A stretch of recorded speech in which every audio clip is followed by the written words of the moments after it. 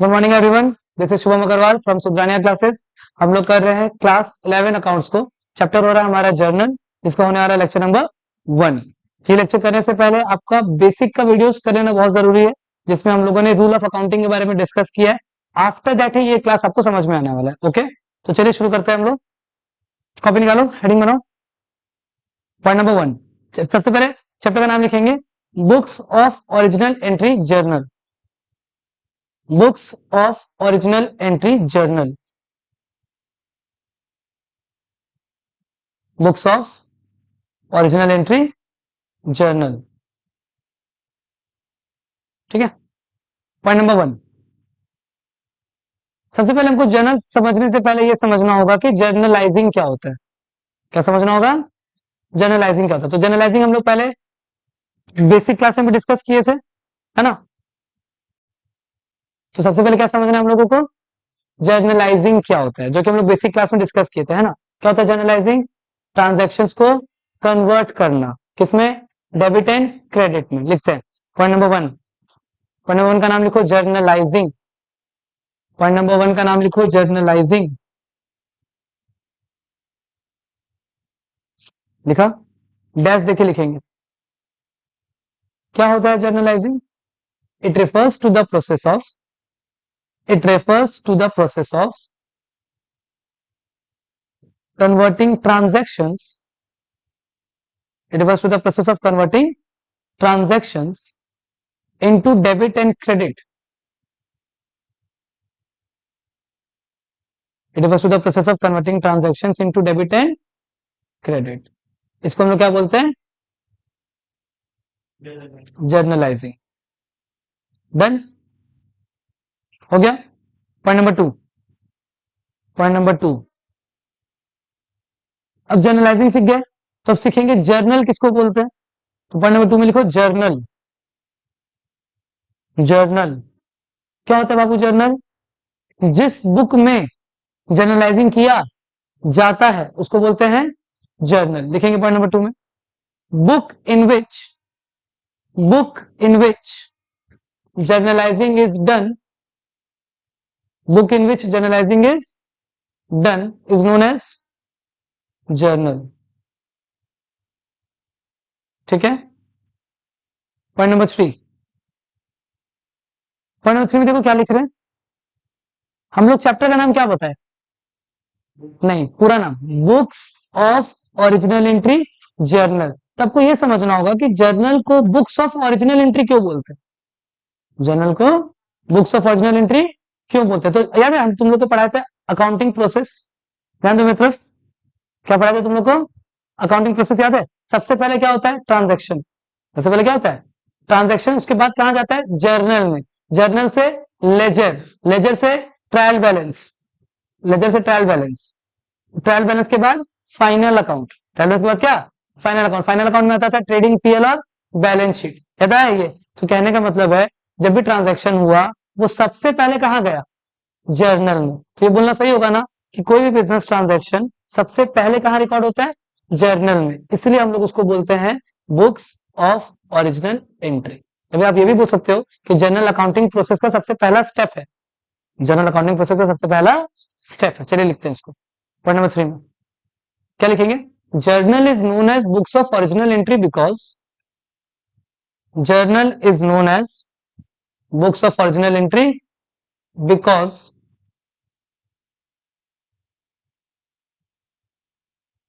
in this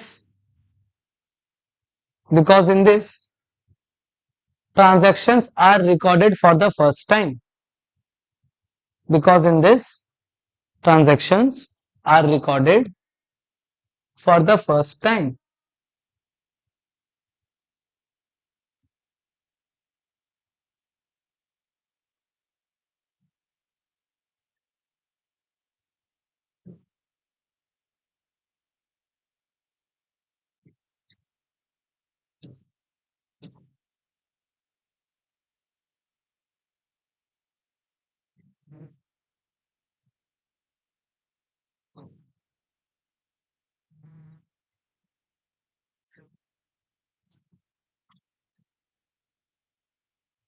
Because in this transactions are recorded for the first time. Done हो गया।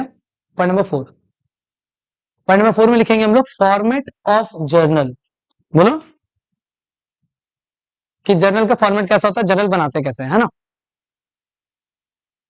आइए देखते कैसे बनाते हैं जर्नल। सबसे पहले हम लोग यहाँ ऊपर में लिखते हैं जर्नल एंट्री। बोलो क्या लिखते हैं, in the books of, in the books of, जो भी आपका ओनर का नाम है वो नाम आ जाएगा। एक्स नाम है एक्स, वाई नाम है वाई, अमन नाम है अमन, मोहन नाम है मोहन। समझ में आ गया। सबसे पहले ऊपर में क्या लिखते हैं, journal entry in the books of, मतलब हम लोग किसका बुक में जर्नल एंट्री बना रहे हैं, उसका नाम। समझ में आ गया। अच्छा, नेक्स्ट सबसे पहला कॉलम होता है डेट का। सबसे पहला कॉलम किसका होता है, डेट, क्या आप जो ट्रांजेक्शन को रिकॉर्ड कर रहे हो वो कितना तारीख को हुआ है। अगला कॉलम होता है पर्टिकुलर्स का। अगला कॉलम किसका होता है, पर्टिकुलर्स। नेक्स्ट होता है आपका एल एफ। बोले क्या होता है, एल एफ, लेजर फोलियो। क्या बोलते हैं, लेजर फोलियो। फिर ये होता है डेबिट और ये होता है क्रेडिट।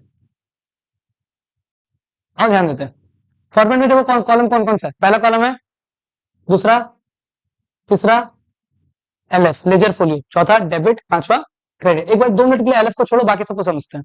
डेट में क्या आएगा, डेट ऑफ ट्रांजेक्शन। पर्टिकुलर में आता है डिटेल्स, पर्टिकुलर मतलब डिटेल्स की जो ट्रांजेक्शन हुआ उसका डिटेल यहाँ पे रिकॉर्ड होगा। सही है। फिर उसके बाद क्या था, डेबिट, यहाँ पे डेबिट का अमाउंट आएगा, यहाँ पे क्रेडिट का अमाउंट। अब समझते हैं एलएफ क्या है। अभी हम क्या बोले, अकाउंटिंग प्रोसेस। सबसे पहले क्या आता है, ट्रांजैक्शन, ये नहीं फॉर्मेट नहीं, अकाउंटिंग प्रोसेस। सबसे पहले क्या आता है, ट्रांजैक्शन। ट्रांजैक्शन कहाँ रिकॉर्ड होता है, जर्नल में। जर्नल के बाद कहाँ रिकॉर्ड होता है, लेजर। अगला जो चैप्टर है हम लोग का, जर्नल के बाद कहाँ रिकॉर्ड होता है, लेजर। तो ये कॉलम ये बताता है कि जर्नल का ये एंट्री, जर्नल का ये एंट्री लेजर का कितना नंबर पे लिखा हुआ है, मतलब ये सेम एंट्री लेजर में कहां पे लिखा हुआ है। हम लोग जब प्रैक्टिकल क्वेश्चंस बना रहे होंगे, हम लोग का सम्स में इसका कोई यूज नहीं है, इसका यूज होता है रियल लाइफ में। तो यूज कहां है, रियल लाइफ में। रियल लाइफ में क्या यूज है कि ये सेम एंट्री लेजर में कहां पे किया हुआ है। मतलब समझ में आ गया। आप लोग जब फॉर्मेट बनाओगे तो पूरा फॉर्मेट बनाओगे, पर एलएफ का कॉलम खाली रहेगा। एलएफ का कॉलम में से क्या रहेगा, खाली, इसका कोई यूज नहीं है। फॉर्मेट कॉपी कर लो, आगे बढ़ेंगे।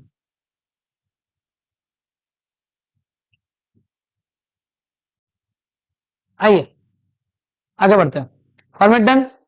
अब हम लोग कर रहे हैं सम्स। क्या कर रहे हैं हम लोग अब, सम। सबको याद हो इलस्ट्रेशन नंबर 1 पे, सबको ध्यान हमको बोर्ड पे चाहिए। हम लोग डीके गोयल के बुक से कर रहे हैं, ठीक है। आइए पढ़िए क्वेश्चन में क्या बोला है, देखते कैसे करेंगे, है ना। ध्यान दो सबको मेरी तरफ। Enter the following transactions in the journal of Siyaram and sons. तो हमको मालूम चल गया कि मेरा बिजनेस ओनर का नाम क्या है, सियाराम एंड सन्स। तो यहाँ पे देखो तुम कैसे बनाएंगे इसको, कोई कुछ लिखना मत, कुछ भी मत लिखना, खाली सुनो आराम से। क्या लिखेंगे यहाँ पे हम, journal entry in the book of Siya Ram and sons. है तो कोई दिक्कत है किसी को, नहीं। पढ़ो आगे क्या हुआ। सबसे पहला एंट्री कितना तारीख को हुआ है, 2020 जनवरी 1। Siyaram and sons started business with cash, कितना रुपया, 50,000। ये था ट्रांजैक्शन। मेरे को उस ट्रांजैक्शन को करना है कन्वर्ट, किसमें, डेबिट और क्रेडिट में। सीखे, पहले सीखेंगे कन्वर्ट कैसे करते हैं, फिर सीखेंगे कन्वर्ट करके लिखते कैसे हैं। कोई दिक्कत, चलो ध्यान दो मतलब। सियाराम एंड सन्स पैसा लगा के बिजनेस चालू किया, पैसा लगा के बिजनेस चालू किया। तो बताओ मेरे को सबसे पहला अफेक्ट इस ट्रांजैक्शन में किस में पड़ा, क्या लगाया था, कैश। क्या लगाया था, कैश। तो सबसे पहला इफेक्ट पड़ेगा मेरा कैश पे। कैसे पड़ेगा बताओ, कैश पे। यहाँ पे कोई दिक्कत है, क्योंकि बिजनेस क्या लगा के चालू किए, कैश। तो इफेक्ट किस पे पड़ेगा, कैश पे। तो सर तुम लोग को हम सिखाए थे, बताओ मेरे को क्या, जब भी बिजनेसमैन अपना पैसा बिजनेस में लगाता है उसको बोलते हैं कैपिटल। क्या बोलते हैं उसको, कैपिटल, पूंजी। याद आ रही है, पूंजी मतलब क्या, it equals to the amount invested by the businessman into the business. Businessman business में जो पैसा इन्वेस्ट करता है उसको क्या बोलते हैं, कैपिटल। तो एक तो कैश में इफेक्ट पड़ा, दूसरा किस में पड़ा, कैपिटल पे। दूसरा किसमें पड़ा बताओ मेरे को, कैपिटल। यहाँ पे कोई दिक्कत है क्या, नहीं। अब तो हमको यहाँ पे इसको करना है कन्वर्ट। क्या करना है हमको इसको, कन्वर्ट। बोलो सही है। और सोचना चालू करते हैं। सबसे पहला कैश, तीन चीज हो सकता है, या तो रियल, या तो पर्सनल, या तो नॉमिनल। तो कैश तो मेरा संपत्ति है, संपत्ति मतलब एसेट है। एसेट है तो ये कौन सा कैटेगरी है, रियल है। कैपिटल मालिक लगाया, कैपिटल कौन लगाया, मालिक लगाया, मालिक तो इंसान है, मालिक तो इंसान है, तो कौन सा कैटेगरी है ये? पर्सनल। कौन सा कैटेगरी है ये? पर्सनल। पहले बताओ यहां तक आपको समझ में आया क्या? अब जैसे आपको रियल दिखा तो मेरे दिमाग में रियल का रूल आना चाहिए। रियल का रूल क्या था? Debit what comes in, credit what goes out. तो मेरे को यहाँ पे या तो कम्स इन लिखना है तो गोज आउट लिखना है। ध्यान रखना हम लोग बिजनेस के पॉइंट ऑफ व्यू से सोचते हैं। किसके पॉइंट ऑफ व्यू से सोचते हैं? बिजनेस के पॉइंट ऑफ व्यू से। चलो बताओ मेरे को, बिजनेस से पैसा डाले, बिजनेस से पैसा आ गया, बिजनेस से पैसा आ गया, आ गया तो बोलो यहाँ पे हम क्या लिखेंगे? Comes in. बोलो सही है? और कम्स इन है तो क्या होगा? अभी तुरंत रूल सिखाए थे, डेबिट व्हाट कम्स इन। तो ये कैश डेबिट कैसे हुआ समझ में आया? बोलो क्लियर है? अगला क्या था? कैपिटल। कैपिटल में क्या? पर्सनल। पर्सनल का रूल याद करो, debit the receiver, credit the giver. अब तुमको सोचना है कि ये जो पर्सन है वो रिसीवर है कि गिवर है। तो बंदा पैसा दिया, वो बंदा पैसा दिया तो वो कौन है? गिवर है। और गिवर कहां जाएगा? क्रेडिट में। तो क्या मेरा ये ट्रांजेक्शन कन्वर्ट हो गया? क्या मेरा ट्रांजेक्शन कन्वर्ट हो गया? कैश किस में? डेबिट में। कैपिटल किस में? क्रेडिट में। अब सीखेंगे इसको लिखते कैसे हैं। अब सीखेंगे इसको लिखते कैसे। शुरू करें? सबसे पहले बताओ डेट कितना था? 1 जनवरी 2020 ना? 2020 लिख दिए। जनवरी 1, जनवरी 1। लिखने का तरीका यह है कि हम लोग को इन ट्रांजेक्शन्स में सबसे पहले हमेशा डेबिट को लिखना है। सबसे पहले हमेशा किसको लिखना है? डेबिट को। तो तुम बताओ मेरे को डेबिट में कौन है?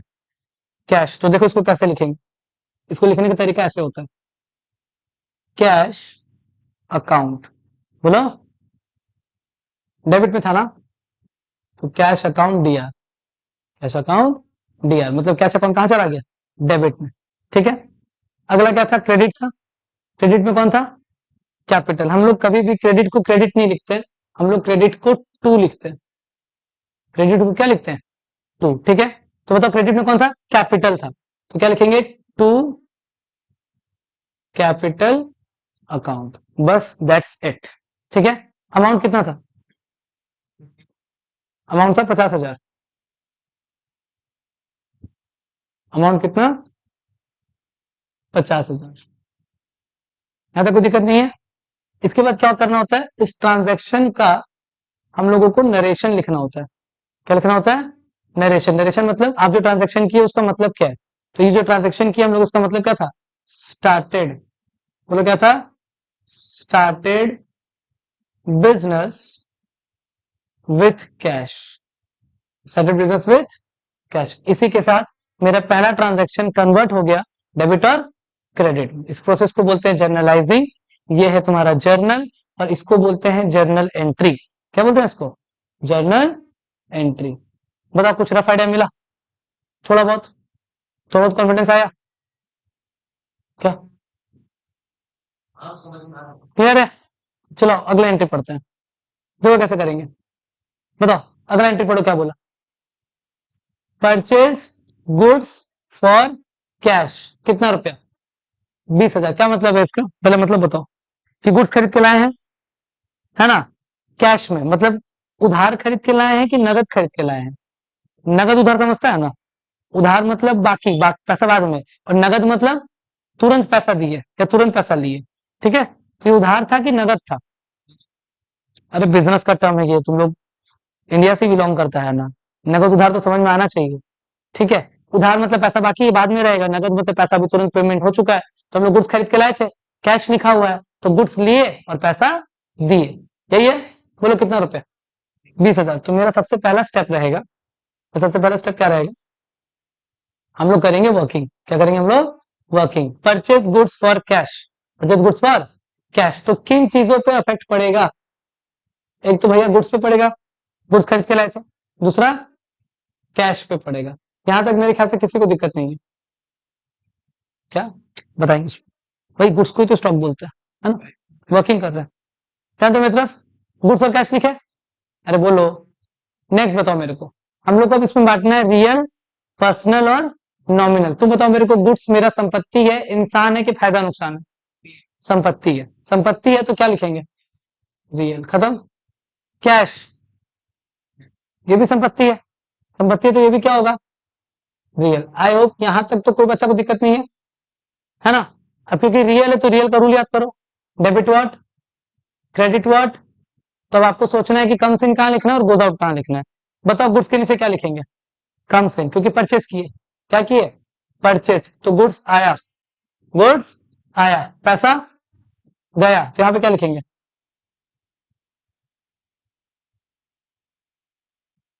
Goes out. अब मेरे को दोनों के नीचे एक में डेबिट लिखना है, एक में क्रेडिट लिखना है। तो रूल क्या था? Debit what, comes in. अगर कम्स इन है तो गोज आउट है तो क्रेडिट। कन्वर्ट हो गया? एंट्री करें? अब तुम बताओ मेरे को, क्रेडिट और डेबिट में पहले किसको लिखते हैं? डेबिट को। डेबिट में कौन था? गुड्स को क्या कर रहे थे? परचेस। गुड्स को क्या कर रहे थे? तो हम लोग जनरल एंट्री में ना कभी भी गुड्स वर्ड इस्तेमाल नहीं करते। नहीं नहीं, गुड्स और स्टॉक इस्तेमाल नहीं करते हैं। गुड्स के साथ जो कर रहे हैं वो इस्तेमाल करते हैं। गुड्स के साथ जो कर रहे हैं वो इस्तेमाल करते हैं। देखो कैसे, समझो मेरी बात को। एंट्री के साथ शायद हमको जहां तक याद आ रहा है कि 2 तारीख था ना, तो जनवरी 2। बताओ पहले किसको लिखेंगे? डेबिट को। डेबिट में कौन था? गुड्स। गुड्स को गुड्स में लिखते हैं, गुड्स के साथ जो कर रहे हैं वो लिखते हैं। तो गुड्स को क्या कर रहे थे? परचेस। तो तुम देखो एंट्री कैसे लिखेंगे? Purchase account debit. क्रेडिट को क्रेडिट लिखते हैं कि टू लिखते हैं? क्रेडिट को क्रेडिट तो नहीं लिखते, क्रेडिट को क्या लिखते हैं? टू। क्रेडिट में कौन था? कैश। क्रेडिट में कौन था? कैश। तो हम यहाँ पे क्या लिख दिए? To cash account. To cash account. हमको यहां तक याद आ रहा है कि 20,000 रुपया था। कितना रुपया था? 20,000।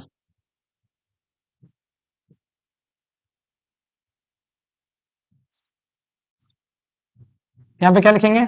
नरेशन। नरेशन क्या? Purchase goods for cash. इसी के साथ मेरा दूसरा एंट्री भी हो गया कंप्लीट। कुछ रफ आइडिया मिला? कुछ भी समझ में आया कि सब बाउंस हो गया? सब समझ में आ गया? क्लियर है? पक्का? चलो एक काम करो, पहले कॉपी करो इतना।